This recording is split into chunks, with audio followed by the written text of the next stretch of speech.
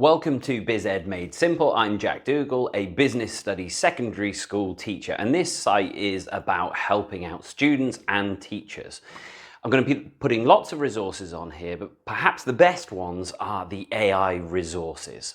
Now, whenever you're using AI, and particularly things like ChatGPT I'm thinking of, then you need to be aware of AI literacy. I've got another channel, which I'll put a link up here, where you can find out about how to use it safely. But where possible, it's even more beneficial if you share your chats for your teachers to check over if they're willing to.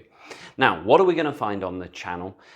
Some of the best things on there, I think, are the specific GPTs that I've created for business studies. Now, you can use those with the free account, the free OpenAI account. The only problem is that you may find yourself cut off after a certain amount of time, 10 or 15 minutes. You've got three options there. Option one, buy an account, €20 a month. Maybe you don't want to do it. Option two, naughty one, create multiple accounts. My students do that. When they've used up one, they swap to another one. And the third option, my preferred option, is little and often. Use it in little bite-sized chunks. So 15 minutes is absolutely fine. Have a rest, come back to it another day. I hope everything on the site is helpful.